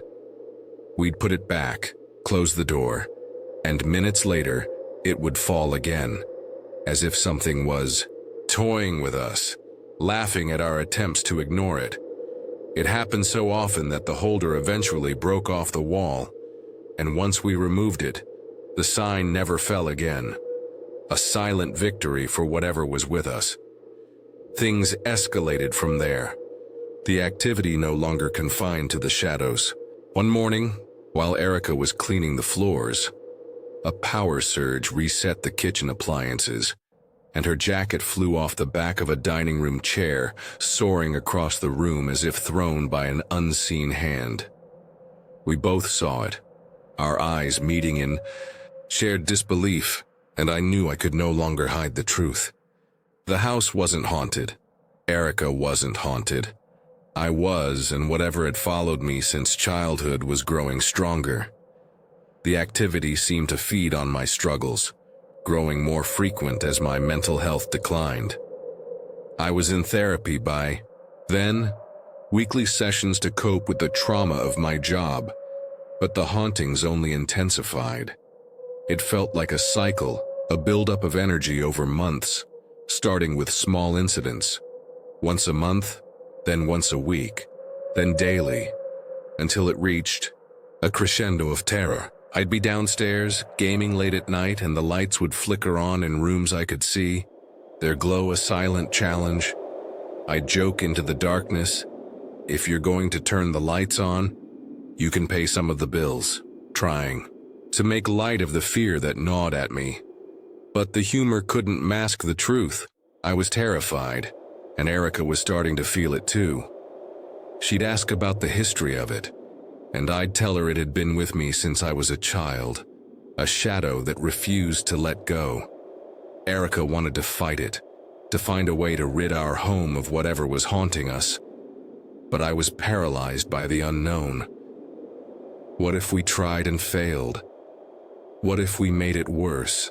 I'd seen enough horror movies to know that meddling with the supernatural could backfire, and the thought of facing something I couldn't control was more terrifying than living with it. So we endured, pretending it wasn't there, hoping it would fade, but it didn't. It grew, a shadow stretching across our lives, waiting for the right moment to strike. We'd started trying for a child by then, a decision that brought hope but also new fears. Infertility issues plagued us for 2 years, a struggle that added to the weight on my shoulders, and the hauntings seemed to thrive on our pain.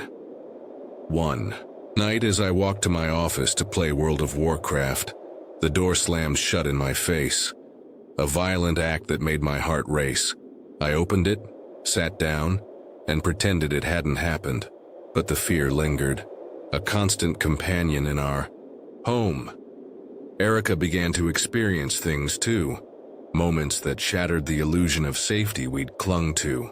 She was downstairs in the living room when my t-shirt, resting on the coffee table, was hurled across the room, landing in a crumpled heap as she watched in horror.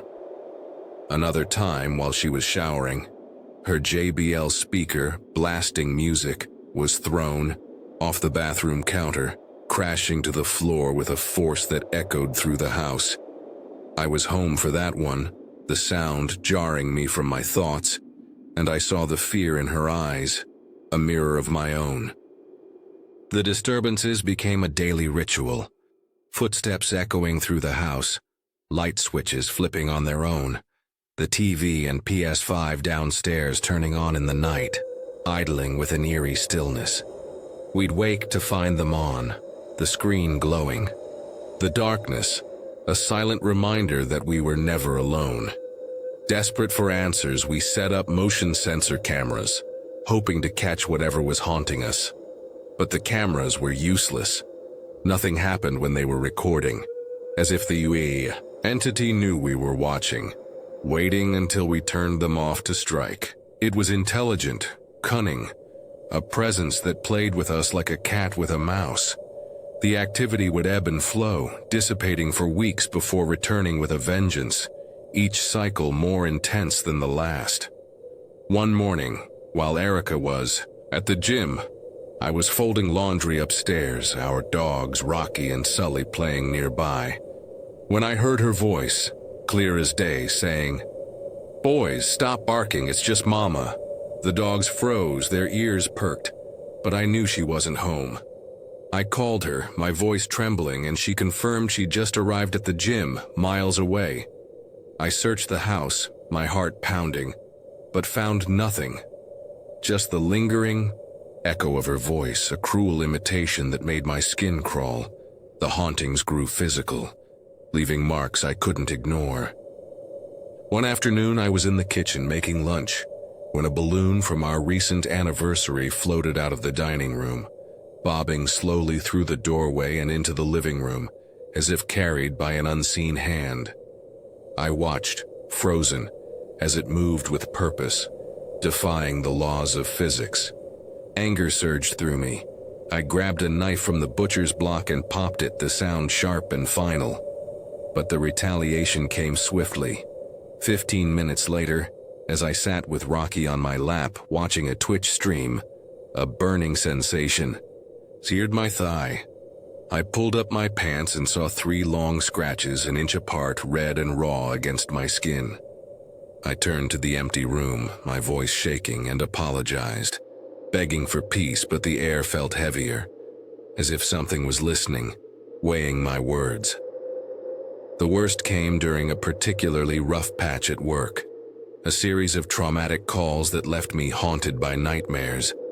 One night, I dreamed I was in our home, heavy footsteps sprinting toward me, my screams for Erica silent as an unseen force held my mouth shut. I woke screaming her name, my voice raw, the terror so real it left us both shaken. It was the peak of the activity, a storm that raged for weeks before finally subsiding. But the calm was deceptive, a brief respite before the shadows returned, stronger than ever. We had our daughter by then, a beautiful baby girl born in December 2022, a light in the darkness of our struggles. For 6 months, the activity seemed to fade, giving us a glimpse of normalcy. But then it returned, creeping back into our lives like a thief in the night. Lights flickering, footsteps echoing, door handles jiggling in rooms we'd come to dread. Guys, hauntings became a daily occurrence, a relentless assault on our peace. I tried to shield Erica, bearing the burden alone, but I couldn't protect her forever. One night, while I was at work on a 24-hour shift, she was putting our daughter to a bed when she heard footsteps outside the room, a shadow passing the doorway like a specter. She texted me, her words frantic, saying she was done, and I couldn't blame her. I was done too. The fear of the unknown paralyzed me, a constant question echoing in my mind. What if we fought back and failed? The house wasn't haunted, Erica.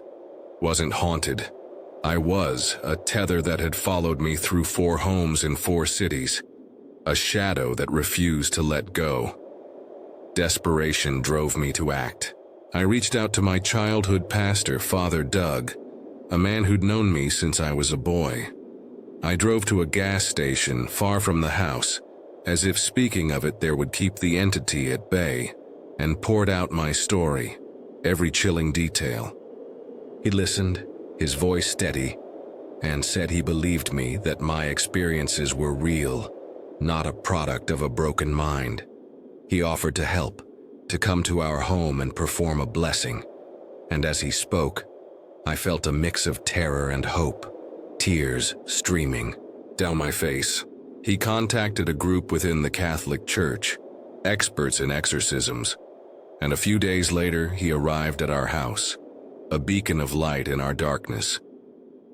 We walked through each room, his prayers a steady chant, holy water splashing against the walls, and I waited for the worst. A scream, a manifestation, something to confirm my fears. But nothing happened. Just a quiet peace as we held hands in the living room, praying together. The ritual a shield against the unseen.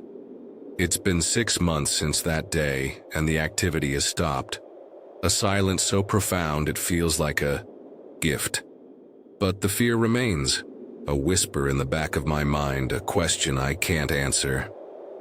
What if it comes back? I have no proof, no recordings, just the accounts of my family and the scars on my soul. I share this now to close a chapter, to let the shadows rest, but I'll never forget the lifetime they stole from me. It came from the river, a light that wasn't a light, a presence that knew we were there. More than 25 years ago, my friends and I found ourselves on a boat dock along the Ohio River, a quiet spot nestled between Cincinnati and Louisville, about 25 miles from either city. The dock stretched 30 feet into the water, ending in a 10 platform where we'd gather, the Kentucky shore beneath our feet, Indiana looming across the wide, dark expanse of the river. Every other weekend, we'd come here to drink, laugh, and soak in the cool, quiet air. A ritual that felt as safe as the stars above. But that night, something found us. Something that didn't belong in this world. And it changed everything. We knew the place like the back of our hands. The creak of the wooden planks. The gentle lapping of the river against the dock. The silhouette of the flood wall that separated us from the park beyond. We had a system. Rotating designated driver duties to keep things under control. That night, it was my turn, so I was stone cold, sober, my senses sharp while my friends lost themselves in the haze of alcohol. Have you ever stood watch in the dark, the only one aware, while the world around you slips away? I kept an eye on the flood wall, watching for the telltale lights of a police patrol, ready to talk our way out of trouble. I also made sure no one stumbled too close to the edge, the river's depths a silent threat beneath the moonlight. We'd been there for about 2 hours, the night settling into a comfortable rhythm, laughter echoing, bottles clinking, the air thick with the scent of beer and river water. Then I saw it, a faint light on the other side of the river, near the Indiana bank, almost a mile away. It wasn't bright, just a soft glow, pale and steady, hovering downriver from us. Sensory overload. The air seemed to shift, the cool breeze carrying a faint metallic tang, the moonlight glinting off the water in jagged shards, and my heartbeat quickened, a subtle warning I couldn't place. I didn't think much of it at first. It was new, but not alarming. Just another detail in the night. I noted it and turned my attention back to my friends, their voices a comforting hum against the river's quiet song. 10 minutes passed, and I glanced across the river again, my role as the sober watchdog keeping me vigilant. The light was closer, now much closer, and it felt wrong, like a predator stalking through the dark. I still wasn't worried, not really, but I was responsible for a group of drunk friends, so I added it to my mental list of concerns, a small but growing unease. Another 10 or 15 minutes slipped by and the light climbed higher on my list, its presence more insistent. It was definitely closer, its glow reflecting on the water's surface, a pale shimmer against the black. I thought it might be a boat. Base. Boats around here have marker lights, usually set about 3 feet above the water, and this seemed about right. I turned to a couple of friends, my voice low but firm. Something's out there. We might need to leave soon. 10 more minutes, and the light became my second priority, just behind keeping a friend from tumbling into the river. I watched it intently, my eyes straining against the distance, and then a series of thoughts collided in my mind, forcing me into action. Trance loop. It's not a boat. It's not a boat. It's not a boat.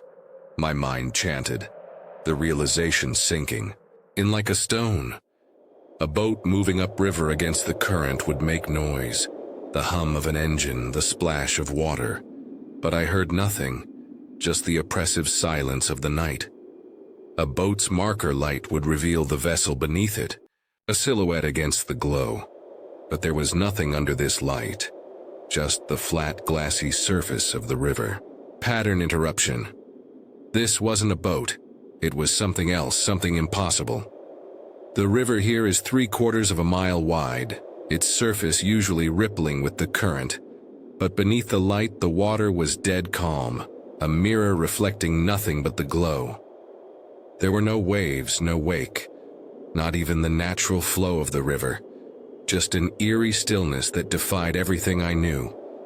The light itself was constant, never flickering, a pale white with a hint of yellow, like a lantern held by an unseen, greasy-nested storytelling. My grandfather once told me about fishermen on this river who saw lights that moved without reason, lights that followed them home, only to vanish at dawn. He called them river ghosts, spirits of those who drowned seeking company in the dark. I'd laughed then, but now, as that light hovered over the water, his words wrapped around me like a shroud, anchoring.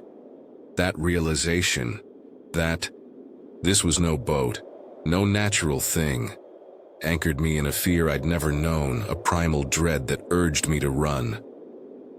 "We're leaving," I said, my voice cutting through the laughter, sharp and urgent. My friends protested, their drunken complaints a chaotic hum. But I didn't care. We were moving. We stumbled back along the dock, the wood creaking beneath our hurried steps, and reached the shore, the flood wall looming above us like a silent sentinel.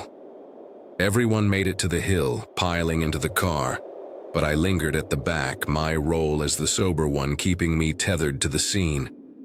I turned to look, and the light was closer now, far closer than it should have been, moving faster than it had all night. My best friend stood beside me on the flood wall, both of us staring down at the river, the dock, and the light. It was dead center over the platform now, illuminating the spot where we'd been sitting, but there was nothing beneath it, just the dock, bathed in an unnatural glow. It was a light the size of a bulb, maybe smaller, attached to nothing, a floating orb of pale yellow that defied every law of nature. Embedded command. Look closer, it seemed to say. See me for what I am. And then it moved, toward us, crossing the walkway from the platform to the land, its pace quickening to a human walking speed, relentless and purposeful. We dove into the car, my heart pounding as I slammed the door shut, the engine roaring to life as we sped away, the light's glow fading in the rearview mirror. But I felt it following, a presence that didn't need to chase to haunt us. What was it? What did it want? Why did it care that we were there in a place we'd been dozens of times before? I'm used to finding explanations, even improbable ones, but this, I have nothing.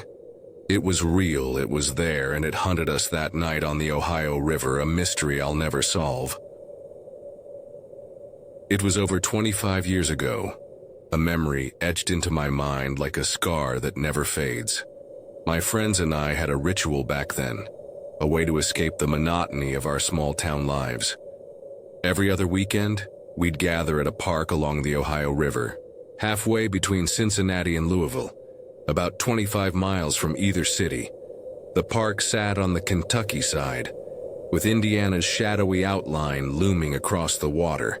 Our spot was a weathered dock stretching 30 feet into the river, ending in a 10x10 platform that felt like our own private island. We'd sit there for hours, drinking, laughing, letting the cool night air and the river's gentle flow wash away our worries. It was a place of comfort, a sanctuary we knew like the back of our hands. We had a system, rotating designated drivers to keep things safe. And that night, it was my turn. I was stone cold sober, my senses sharp, my eyes scanning the surroundings for any sign of trouble, whether it was a cop on the flood wall above or a friend teetering too close to the water's edge. The night started like any other, the group buzzing with laughter, bottles clinking, the river's surface catching the moonlight in soft, shimmering waves. I stood at the edge of the platform, my gaze sweeping the flood wall, ensuring we were alone. About 2 hours in, as the stars glittered above, I saw it. A light, faint and pale, flickering on the opposite bank, nearly a mile away across the river. It wasn't bright, just a subtle glow near the Indiana shore, downriver from us. I barely gave it a thought at first. Maybe a fisherman, maybe a camper. But it was new, a break in the familiar darkness. So I noted it, a tiny blip on my mental radar. 10 minutes passed, the group's laughter echoing over the water, and I glanced across the river again. The light was closer. Not by much, but enough to catch my attention. I told myself it was nothing, just a trick of the eye. But as the sober one, I had a responsibility to these drunk friends of mine. I added the light to my list of things to watch, a quiet unease stirring in my gut, though I wasn't worried. Not. Yet another 15 minutes slipped by, the night growing colder. The group's voices softer as the alcohol took hold. My eyes flicked back to the river, and the light had moved again. It was closer now, much closer, its pale glow reflecting on the water's surface, a mirror of white with a hint of yellow. I squinted, trying to make sense of it. It looked physical, real, hovering about 3 feet above the water, about the height of a base boat's marker light. I'd seen those boats plenty of times on this river. They were required to have lights, especially at night. I turned to a couple of friends nearby, my voice low but firm. "Hey, there's something out there. We might need to leave soon." They nodded, too tipsy to argue, but their eyes followed mine, searching the darkness for what I'd seen. The light climbed higher on my list of concerns, second only to keeping a friend from tumbling into the river. I watched it intently, my mind racing to explain what I was seeing, but the pieces didn't fit. 10 more minutes passed, and the light was now a solid thread in my mind, its presence undeniable. It wasn't a boat. The realization hit me like a cold wave, a series of thoughts crashing together in a single, terrifying moment. A base boat moving upriver against the current would make noise, the hum of an engine, the splash of water. But I heard nothing. Not a ripple, not a whisper. A boat's marker light would be attached to its stern, illuminating the vessel itself. But beneath this light was only water, calm and flat, reflecting the glow like a mirror. The Ohio River here was 3/4 of a mile wide, its surface always alive with ripples even at night. But under this light, the water was still, unnaturally still, a glassy expanse that defied the river's natural flow. There was no wake, no disturbance, just a perfect, eerie calm. The light itself was constant, unblinking, a pale white with a faint yellow tinge like a ghostly lantern floating on its own. It wasn't natural. My heart pounded, a primal instinct screaming that this was wrong, that we weren't safe. I turned to the group, my voice sharp, cutting through their drunken haze. "We're leaving, now!" There was chaos, a flurry of movement as they stumbled over each other, gathering their things. But we moved, heading back along the dock toward land. I stayed at the rear, making sure everyone made it, my eyes darting back to the river. The light was closer. It had moved faster in the last few minutes than it had all night, its glow now hauntingly bright, cutting through the darkness. With an unnatural clarity, we reached the shore, scrambling up the hill toward the parking lot, the car waiting like a lifeline. Most of the group piled in, but my best friend and I lingered at the top of the flood wall, unable to look away. The light was on the platform. It hovered dead center over the 10x10 space where we'd been sitting, illuminating the weathered wood beneath it. But there was nothing else. No boat, no figure, just the light, floating on its own, the size of a small bulb, casting a glow that felt alive, aware. My breath caught, a chill racing down my spine. It started moving again, faster now, gliding over the walkway from the platform toward the shore, toward us, at the steady pace of a walking man. It was coming for us. We dove into the car, the doors slamming shut as I floored the gas, the tires screeching as we sped away. The light's glow fading in the rearview mirror, but never from my mind. That night haunts me still. A question I can't answer. A mystery I can't solve. What was that light? What did it want? Why did it care that we were there, in a place we'd been dozens of times before? I'm used to having explanations, even flimsy ones. But for this, I have nothing. I know what I saw. It wasn't a boat, wasn't a trick of the eye, it was something else, something that didn't belong in our world. Some nights I still see that light in my dreams, floating closer, always closer. I stood on a wooden dock stretching over the Ohio River, the night so still I could feel it pressing against me, when a light appeared across the water, a light that moved with a purpose, coming straight for us. It was more than 25 years ago, a memory that's haunted me ever since.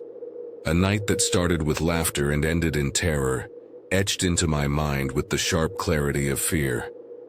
We were a group of friends, young and carefree, gathered at a park and boat dock on the Ohio River, somewhere between Cincinnati and Louisville, about 25 miles from either city. It was a ritual we'd perfected over the years, meeting every other weekend to drink, talk, and soak in the quiet beauty of the river, the Kentucky side on one bank, Indiana on the other. Feel that sense of camaraderie now, the kind that warms you on a cool night, unaware of the darkness creeping closer. But that night, something was different. Something that turned our sanctuary into a place of dread, leaving me to question what we'd encountered. The dock stretched 30 feet out into the river, a narrow wooden platform that ended in a 10x10 square, its planks weathered and creaking under our weight. The air was cool, carrying the damp, earthy scent of the river, mingled with the faint tang of beer from the cans scattered around us. The sky above was a deep, starless black, the moon hidden behind a thick layer of clouds, casting the water in an inky darkness that seemed to swallow the light. Picture it. A group of friends on a rickety dock, the river stretching wide and silent before them, the faint glow of a distant city on the horizon. My friends were laughing, their voices slurred from the alcohol, their stories growing louder and more exaggerated with each passing minute. I was the designated driver that night, stone cold sober, my role to keep an eye on them, to make sure no one fell into the river or got us into trouble. I stood at the edge of the platform, my hands stuffed into the pockets of my jacket, my eyes scanning the top of the flood wall for any sign of police. The faint hum of the river a soothing backdrop to the chaos around me. That's when I saw a light, faint at first on the far side of the river, nearly a mile away close to the Indiana bank. It wasn't bright, just a soft glow, almost white with a hint of yellow, hovering about 3 feet above the water. Feel that flicker of curiosity now, the kind that draws your attention, a mystery in the darkness. I didn't think much of it at first. Maybe a boat, a fisherman out late, or a marker light on the shore. The river was wide here, 3/4 of a mile across, and at that distance it was hard to tell what I was seeing. I turned my attention back to my friends, their laughter pulling me back into the moment, but something about that light lingered in the back of my mind, a nagging sense that I'd missed something important. 10 minutes later I glanced across the river again, and my heart gave a small jolt. The light was closer. It had moved, not by much, but enough to catch my notice, its glow now reflecting faintly on the water's surface, a shimmering path that seemed to point directly at us. I frowned, my mind racing to make sense of it. I was the responsible one, the one tasked with keeping us safe, and that light was now on my radar. A small but growing concern.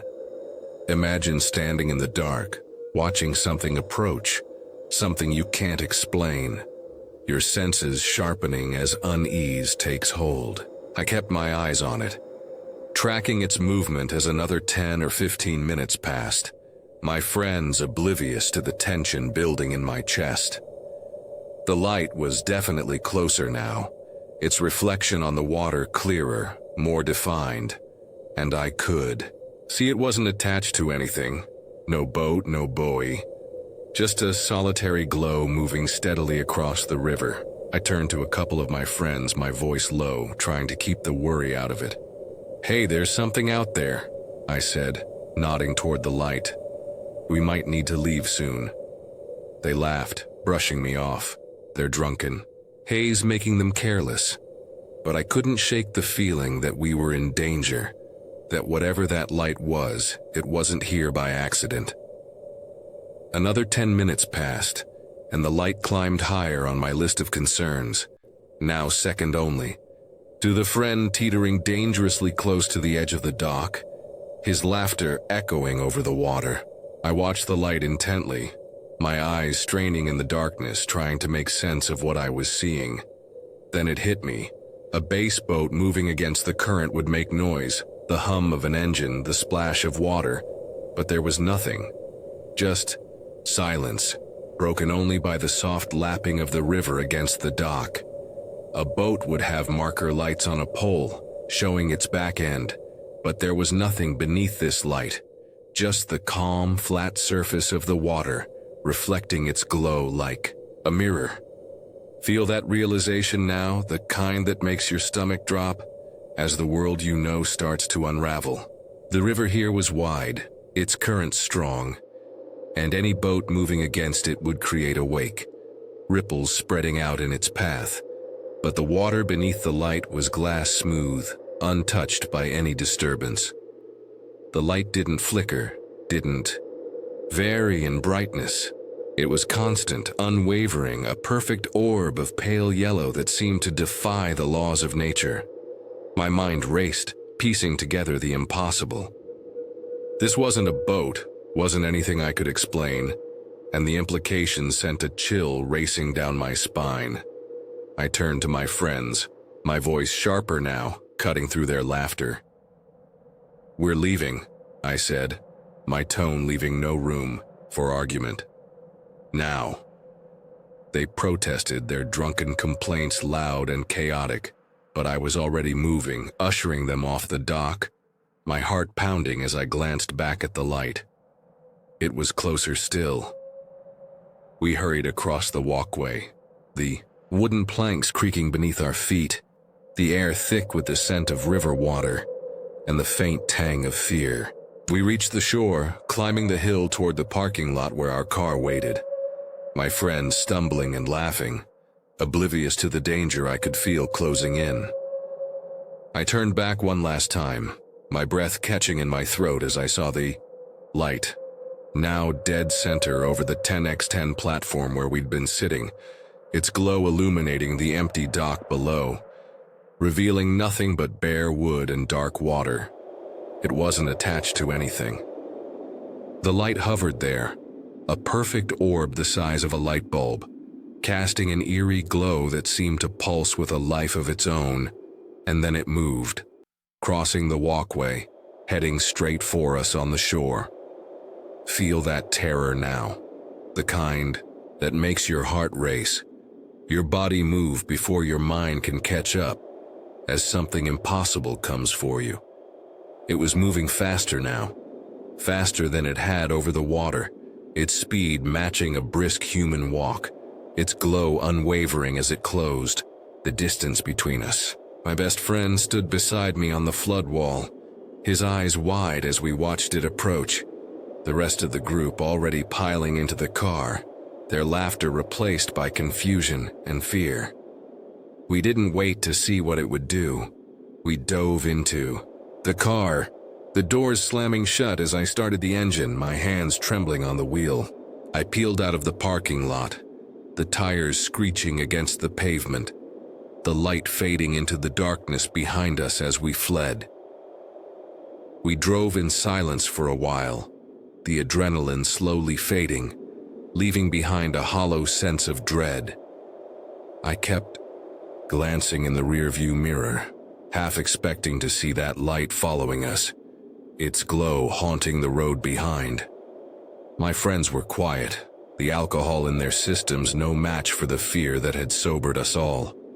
I couldn't stop thinking about it, couldn't stop replaying the way it had moved, the way it had defied every explanation I could come up with. What was it? What did it want? Why had it come for us that night, in a place we'd been dozens of times before without incident?